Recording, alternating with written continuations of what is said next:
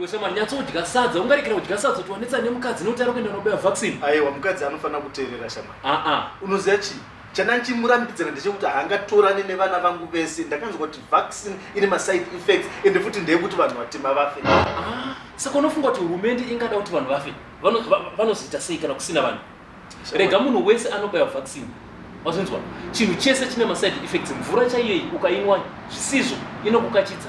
Rega wabaiwa mavaccine. Kune nzvimbo dzakatarwa nehurumende, maprovincial hospitals, magovernment hospitals nemageneral hospitals avakati aya ari kubaiwa vaccine. Rega wabaiwe. Kana vazvipira chete vanonobaiwa. Vana mazvikokota variko, vanovaongorora, vavheneka, vavadzidzisa. Simple. Ko manje ndangandisina mari yacho. Vaccine ndiri kubaiwa pachena mahara, hazvisi kumbotengeserwa. Mahara. Inde vatobaiwe. Rega ndovafonera kuti vafanire kuendawo nevana ne?